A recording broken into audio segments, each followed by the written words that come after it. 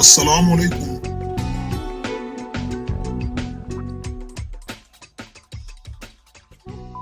मुस्लिम दुनिया के मुसाफिरों, आज हमारी उड़ान जुनूब मशरिकी एशिया के उस इस्लामी मुल्क की तरफ है जिसे इंडोनेशिया कहते हैं। सब कॉन्टिनेंट एशिया और ऑस्ट्रेलिया के दरमियान कमान की सूरत में फैला हुआ इंडोनेशिया 17,504 जजीरों पर मुश्तमिल है। आबादी के लिहाज से दुनिया का सबसे बड़ा इस्लामी मुल्क कहलाया जाता है, जिसका रकबा 19,19,440 मुरब्बा किलोमीटर है। इंडोनेशिया की कुल आबादी 26 करोड़ 45 लाख 11 हजार के लगभग है, जिसमें 90% मुसलमान, 25% ईसाई और 2% तकरीबन हिंदू रहते हैं। दुनिया में सबसे ज्यादा मुस्लिम अक्सरियत रखने वाला मुल्क भी इंडोनेशिया को माना जाता है। इंडियन ओशन बहरुल हिंद की निस्बत से इसे इंडोनेशिया कहा जाता है। इंडोनेशिया के जज़ायर का फैलाव ऑस्ट्रेलिया के शुमाल तक है। मुल्क का निस्फ रकबा पहाड़ी है। 65% रकबा हरे भरे और सरसब्ज जंगलात से ढका हुआ है। इसकी जमीनी सरहद 2,736 किलोमीटर तवील है, जो कि पायो, आनियो गिनी और मलेशिया की रियासत सबाह और सरावाक से मिलती है। मुल्क में आतिशफशां पहाड़ों की कसरत है, जिनमें जावा क्राफ्टो बहुत मशहूर है। इसके साहिल की तिवालत 54,716 किलोमीटर है। सामईन और नाज़रीन, इंडोनेशिया की तारीख बयान करने से पहले आप दोस्तों से गुजारिश है कि हमारे इस YouTube चैनल को सब्सक्राइब कीजिए, वीडियो को लाइक कीजिए और दोस्तों के साथ शेयर कीजिए। इंडोनेशिया की तारीख ज़माने कबल अज़ तारीख से भी पहले की है। इंडोनेशिया के कदीम तरीन आसार से जाहिर होता है कि कदीम इंसानी नस्लें जो बोने की शक्ल और सूरत रखती थी, यहाँ आबाद थी। ये इंसान नुमा मखलूक 5 लाख साल पहले इन इलाकों में मौजूद थी। जावा से उनके पुराने इंसानी ढांचे दरियाफ्त हुए हैं। इस वक्त ये मुल्क मौजूदा जजीरों में मुनक़सिम नहीं था और ये जज़ायर एशिया से मिले हुए थे। तकरीबन 7,000 साल कबल उन्होंने रफ्ता रफ्ता जज़ायर की शक्ल अख्तियार कर ली। माहिरीन नस्लियात की राय है कि 35,000 साल कबल पत्थर के दौर में यहाँ स्याह फार्म बोने रहते थे, जो शिकार की तलाश में जंगलों में फिरा करते थे। उनका मजहब मज़ाहिर परस्ती था। ये मुर्दों को दफन करते और झोंपड़ियों में रहते थे। पूरी आबादी एक सरदार के मातहत होती थी।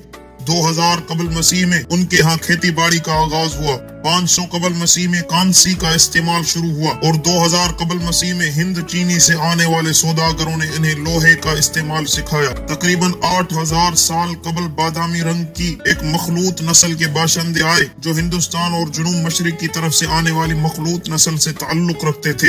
ये नस्ल जावी कहलाई। मलाई नस्ल के बाशिंदों की आमद से इंडोनेशिया में तारीखी दौर का आगाज हुआ। जमाना कदीम में मकामी बाशिंदे इब्तिदाई किस्म की कबीलवी जिंदगी बसर करते थे। मज़ाहिर कुदरत की पुरसतिश करते थे। रस्म और रवाज और तवहुमात के बड़े कायल थे। भूत प्रीत और जादू पर ईमान रखते थे। देवताओं को खुश करने के लिए इंसानी कुर्बानियां देते थे। ये लोग काश्तकारी करते और मवेशी पालते थे। इंडोनेशिया के मुख्तलिफ जज़ायर के अंदरूनी हिस्सों और पहाड़ी इलाकों में ये वहशी और नीम वहशी बाशिंदे अब भी आबाद हैं। 1वीं सदी ईस्वी में जुनूबी हिंद से हिंदुओं और बुद्ध तहजीबों की आमद शुरू हुई। ये हिंदू तिजारत की गर्ज से वारिद हुए थे। उन्होंने मशरिकी जावा में तरोमा नाम की एक सल्तनत कायम की।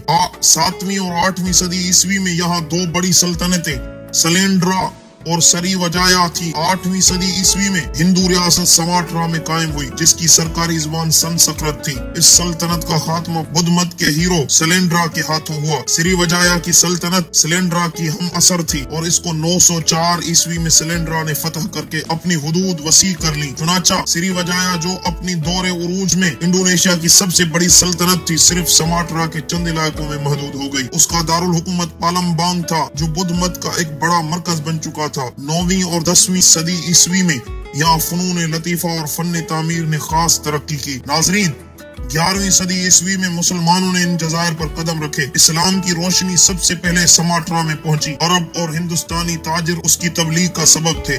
समाट्रा की तारीख के पहले बुजुर्ग जिनके दस्ते हक पर मकामी लोग ईमान लाए, वो शेख अब्दुल्ला आरिफ थे। इंडोनेशिया के एक जजीरे जिसका नाम बांडा आचे है, वहाँ शेख बुरहानुद्दीन ने अपना एक मदरसा कायम किया। रफ्ता रफ्ता दीन इस्लाम फैलता गया। 1205 में यहाँ पहली इस्लामी रियासत वजूद में आई। 14वीं सदी ईस्वी में हिजाज से शेख इस्माइल की क़यादत में कुछ मुबल्लिगीन आए। इंडोनेशिया में मुसलमानों की पहली बाकायदा सल्तनत 13वीं सदी में समाट्रा में कायम हुई थी। यहाँ का राजा मुसलमान होकर सुल्तान मलिक उस सालेह के नाम से मशहूर हुआ। 1346 में सियाहत की अजीम जानी पहचानी शख्सियत मेरा मतलब इब्ने बतूता जब यहाँ आया तो मलिक उस सालेह का पोता सुल्तान ज़ैनुल आबिदीन हुक्मरान था। 15वीं सदी ईस्वी के आगाज तक यहाँ के मशहूर उलमा इब्राहिम सोनान, सोनान बोनान, सोनान काली जागा ने 1428 में जावा के हुक्मरान माजा पहाड़ को शिकस्त देकर पहली इस्लामी सल्तनत कायम की। उसके थोड़े अरसे में दीगर जजायर में भी इशाअत इस्लाम का आगाज हो गया। मुसलमानों की दूसरी बड़ी सल्तनत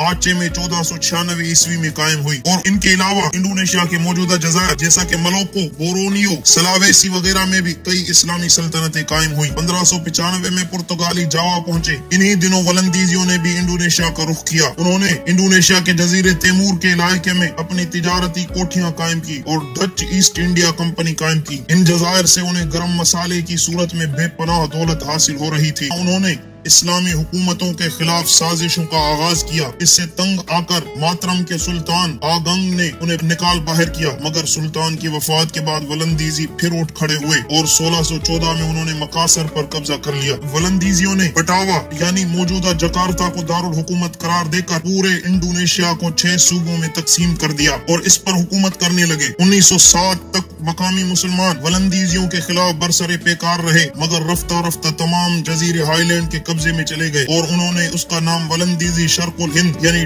डच ईस्ट इंडीज रखा और मकामी हुक्मरानों के तमाम इख्तियारात सलब कर लिए गए। सूबों में अपने गवर्नर मुकर्रर किए। 20वीं सदी के आगाज पर आजादी की तहरीक पैदा हुई। 1912 में इस्लामी तिजारती अंजुमन के एक रुकन हाजी उमर सईद ने दीनी और मुआशरती इस्लाह के लिए एक अंजुमन शिरकत इस्लाम बनाई। जब उसे अवाम में मकबूलियत हासिल हुई तो उन्होंने सियासी उमूर की तरफ तवज्जो दी। उमर सईद की ये अंजुमन अपने वक्त की सबसे बड़ी तहरीक थी। दूसरे जंग अजीम के दौरान जापान ने 1442 में इंडोनेशिया पर कब्जा कर लिया, जिससे वलंदीजी इक्तदार के खात्मे की राह हमवार हो गई। सितंबर 1944 में जापान की फौजी हुकूमत ने ऐलान किया कि वो इंडोनेशिया को दाखिली हुकूमत देने का इरादा रखती है। मार्च 1945 में एक नई जमात इंडोनेशी मजलिस बराए एहतमाम आजादी कायम हुई, जिसने इब्तिदाई तौर पर एक आइन तैयार किया। वलंदीजियों ने सूरत हाल देखकर इत्तहादियों की तरफ रुजू किया और 29 सितंबर 1945 को माउंट बेटन के ज़ेरे क़यादत अंग्रेज फौज इंडोनेशिया पर हमलावर हुई। जावा, समाट्रा और बाली में शदीद जंग शुरू हो गई, लेकिन सोराबाया के मकाम पर अंग्रेजों को जबरदस्त शिकस्त हुई। दिसंबर में सोवियत यूनियन ने इंडोनेशिया के मसला सलामती कौंसिल में पेश कर दिया। बिलाखिर 1946 में वलंदीजियों की कमीशन ने आजाद हुकूमत को तस्लीम कर लिया। 15 दिसंबर को इंडोनेशी रहनुमाओं और वलंदीजी हुकूमत के माबैन मुज़ाकरात का सिलसिला हुआ, जिसमें तय पाया कि जावा और समाट्रा के अलावा दीगर जजायर में डच हुकूमत कायम होगी। 17 जनवरी 1948 के मुआहदे रेनोल के तहत जावा और समाट्रा के कुछ इलाकों के सिवा बाकी तमाम इलाके वलंदीजियों के पास चले गए। 29 जनवरी 1948 को मोहम्मद हत्ता नई हुकूमत के वजीर आजम बने ताकि वलंदीजियों के साथ मुज़ाकरात किए जा सके। वलंदीजियों ने हर किस्म के मुआहदे के खिलाफ वर्जी करते हुए